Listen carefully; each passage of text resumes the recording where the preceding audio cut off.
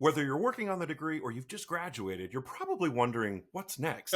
Well, don't worry. We were wondering exactly the same thing. From auditions to young artist training programs and beyond, we've been there and we got your back. This is Between the Notes, real talk for singers chasing the dream.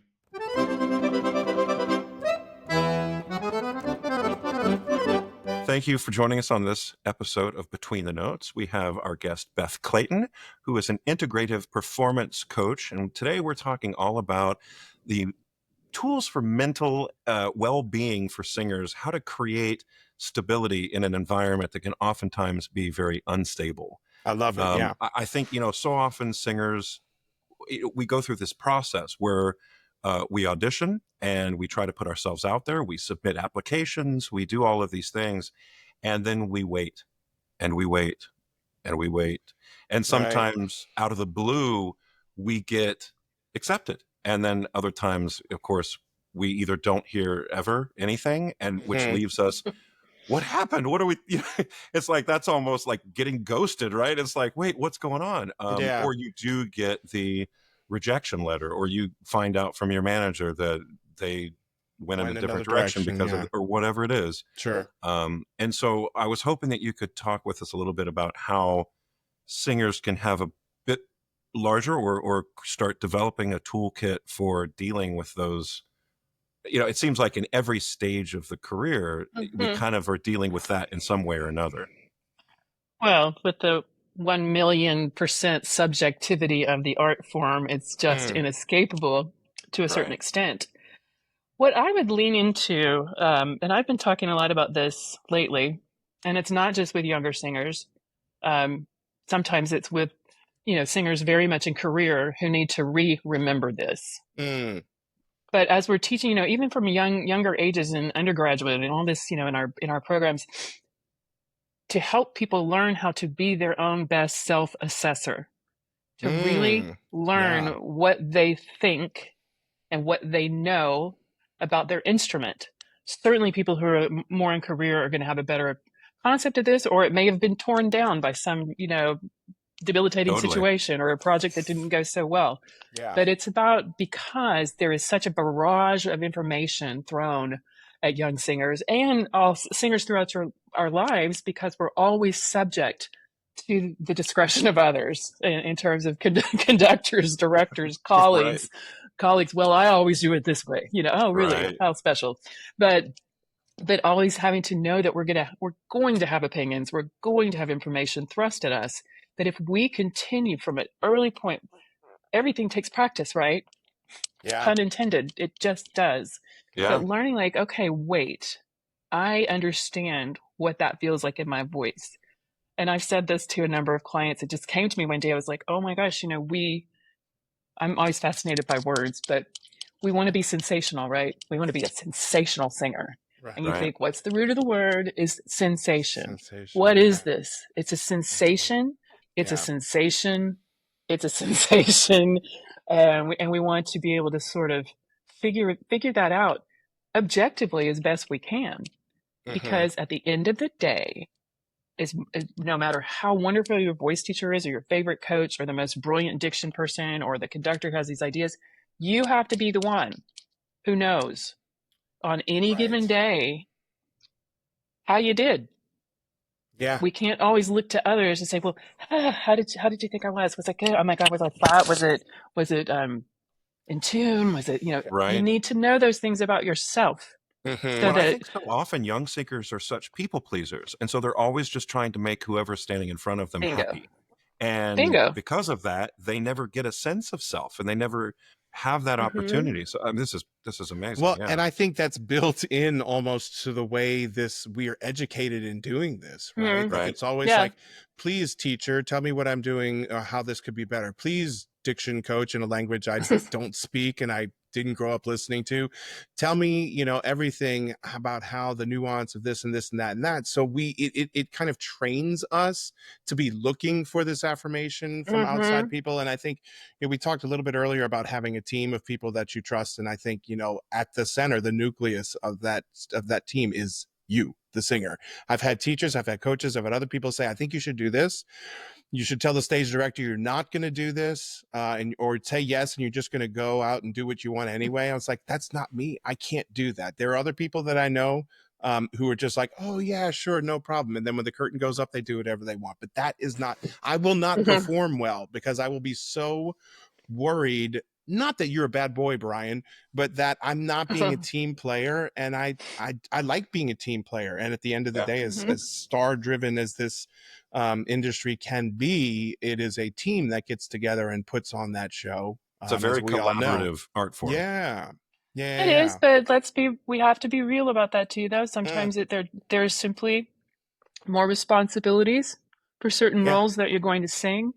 Sure. It's never an excuse to not be prepared for whatever size role you have or whatever that looks like. Right. But I think as long as we sort of get back to, as you were saying, rather than being seekers of approval, we are knowers of self.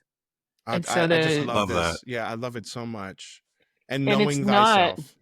Sorry. And it is no, excuse me. It's never to promote being defensive. It's not to promote being, just a simply bad colleague or an inconsiderate person, but it gives you a foundational knowledge of not just your instrument, but yourself, your whole self. Sure. And you may get a job after a audition that you're going to rank, okay, that was me at about 67%. Whoa. And you may still get the job. You don't know. Yeah.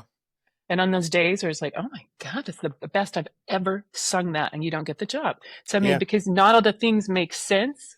So we have to continue to make sense of ourselves so that we can accept, deflect, absorb, what comes our way, because we know that the percentage of rejection is almost always going to be higher than the percentage of job winning and acceptance and opportunities. And not to go on a tangent here, but I just know I've been up for things that have been like, I got that job, or I didn't get that job because of something that my singing was actually the last consideration. As long as I could sing the role and I could do this, it was because this conductor or this stage director had worked with me before or knew somebody who worked with me before. And they're like, okay, well, we're going to make this work. And I only say this just to point out that there are so many factors we don't even know about, much less have no control over, that knowing yourself and just going out and doing that performance of the role or the aria or whatever it is you have to be doing that day, just do it to your own, serve yourself and your art first. Because if you try and zig and zag because you think somebody wants this, then you're only, selling your least authentic version of yourself. Right. I mean, I think it's so easy to lean into feeling like we somehow failed if we get rejected from a thing. But I think you hit on such a great point, Brian. It's like so much of it is completely out of your control. Yeah. Like, I mean, I know, and I've told this story before, but, I remember immediately when I was early in my career, before I acquired a prosthesis, and ironically so, I don't really wear a prosthesis anymore, but I went into audition for the role of Figaro in the Barber of Seville, and I sang Largo al Factotum, and the artistic director was like, God, I don't know if I've ever heard that aria sung any better, but how am I going to cast a Figaro with one hand? And I was like, wait, what? And so it's like, I mean, that's completely out of my control. I did the best I could.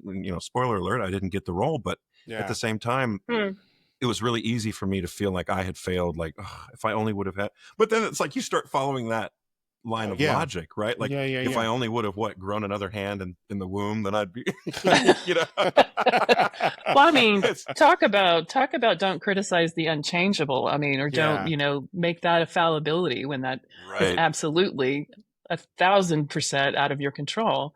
And how gracefully you've handled that, if I must say, if I may say.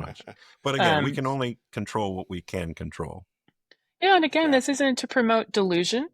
You know when you don't do the work and people show up and feel like, that was ripped from me, or didn't sound like you were prepared as much as you thought you were. Maybe you even thought you were, and then you realize you're not.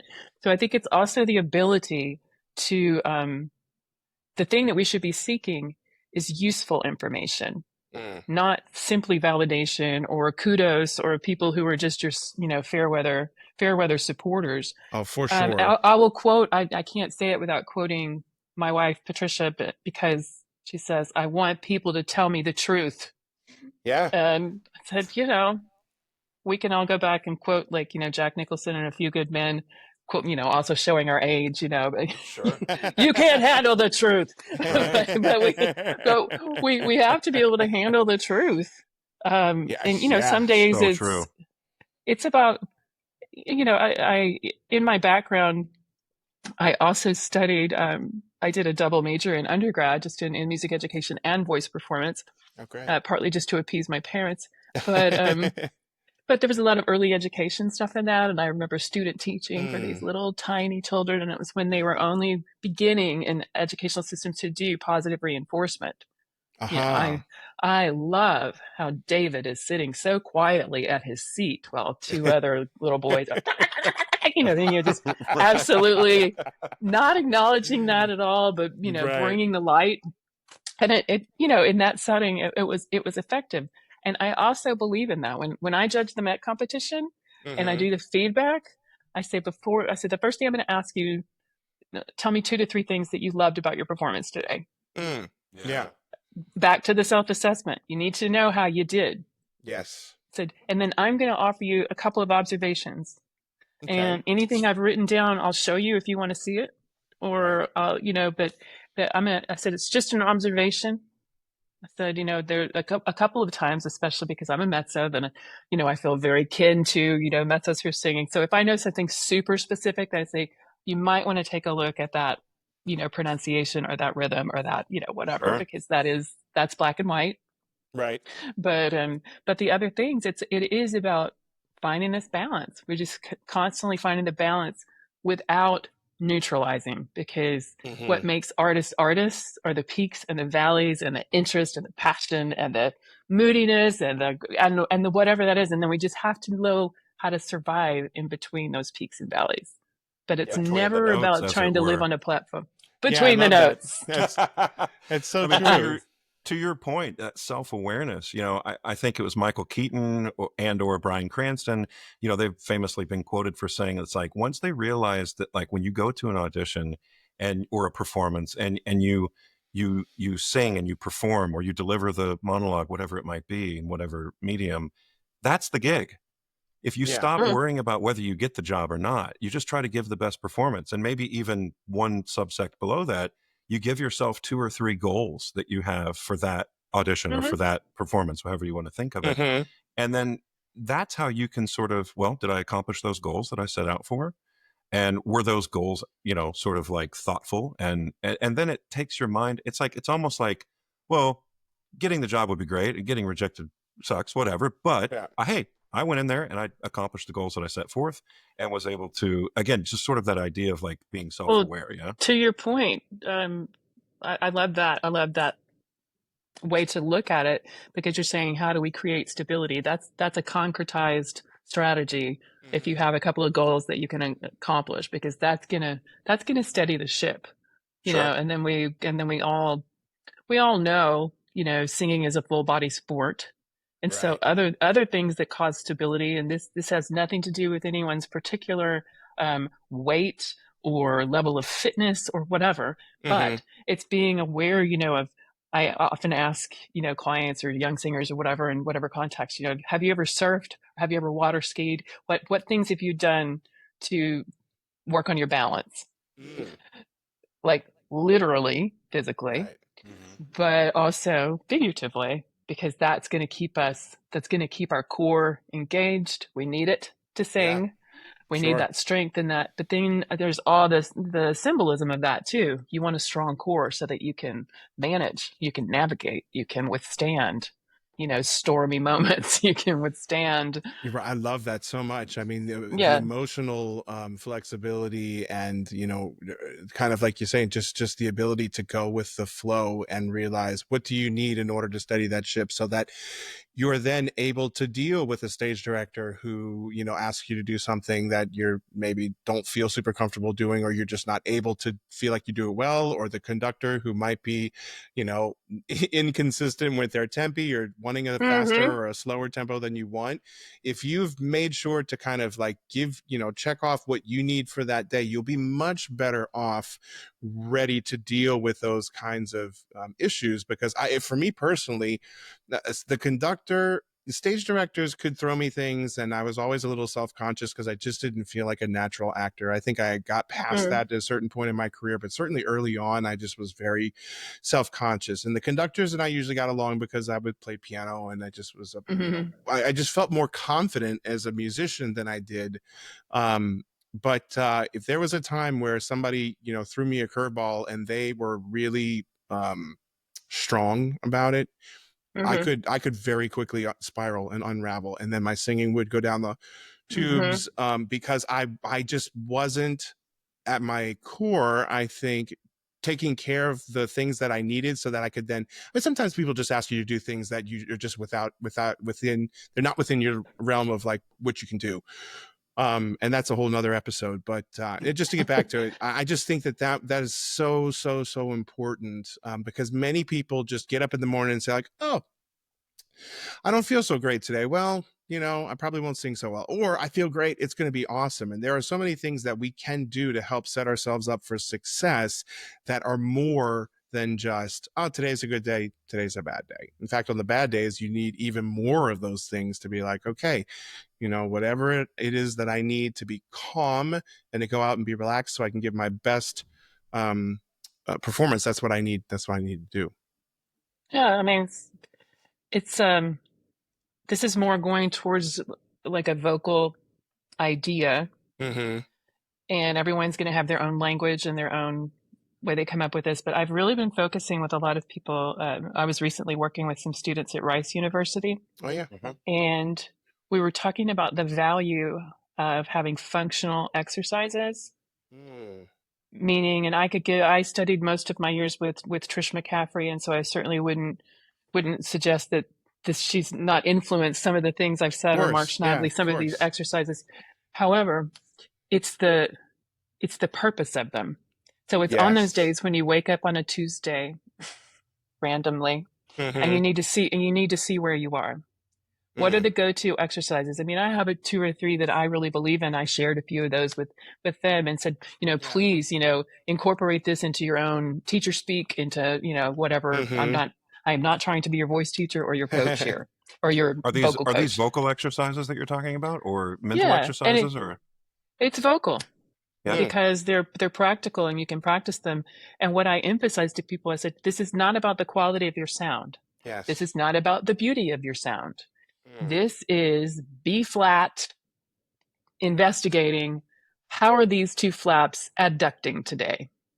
Oh, I love that. I love that. And then based on that, how's my brain going to respond? How's my heart going to respond? So it's, I came up with this thing on impromptu the other day, and I had to do the disclaimer because it's not meant to have any religious connotation. Okay. I am neither Catholic nor Russian Orthodox, but we are really searching for the Trinity of balance and wholeness between this brain, this heart, and this voice within this body.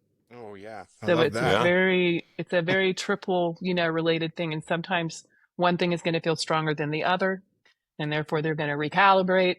And maybe you're going to give this like infused, incredible performance, but you're vocally at 74.3%. Right. But it's still probably going to be okay. Weston might give me a hard time about this because it's a running joke between us, but I often say singing is mysterious. It's very mysterious. And yes, it is mysterious. I mean, of course, having done the vocal pedagogy degree, I know I've demystified a lot of it, but that doesn't just because that's what is happening, it doesn't mean that this kind of way of thinking about it is not the organic nature of why singing is even a thing in the first place. I love that so much. I love it. Well, and it gives us these tools to be able to look at our own others' performances as well. But our own performances, not as just like, oh, that sucked, or oh, that was amazing. Yeah. There's so much in between. And I think a lot of it has to do with what that balance might be like. Beautiful. I'm gonna do a shameless little teaser alert, because Okay. I've shared it a little bit, but I'm not going to say it out loud right now. But I have Okay. something I've been writing about and something I've sort of thrown out at a few clients. That's a new way, or I think a rather new way to either learn music for the very first time, learn a new role, learn a new aria for the first time, or a way to debunk some rep that maybe has some environmental memories or has some technical, memories that go Of backwards. course. And it's a way, and certainly I'm not a neurologist, but it's a way of practicing and setting things up literally how we ingest our scores that will create kind of new neural pathways that will hopefully defeat our go-to knee-jerk reaction of that sucked. Right. And oh my God, that's a red flag. Ugh. Yeah. Because we're all experts at that. I think we're born experts at that somehow. Sure. But, well, we'll keep everybody. We'll encourage everybody to stay tuned for that. I can't wait to hear more about that, because the pedagogy world and the voice science world and all this is something I found during COVID, and it has really changed the way it's changed the way I sing. It's changed the way I think about singing. It certainly has changed the way I try to help young singers find their own voices. And finding the voice is one thing. There are certain technical things that have to happen to do that, but again, it's a process towards getting that. And I think it's fascinating. And once you're ready to let everybody know, and we'd love to help promote that, because everything you said is just gold. I'm just so thankful for you taking the time to be with us today. Thank you. It's a pleasure. Thank you so much. Thanks for joining us on Between the Notes. Make sure you hit that subscribe button. And join us next week for more behind-the-scenes stories, laughs, and operatic gold coming your way.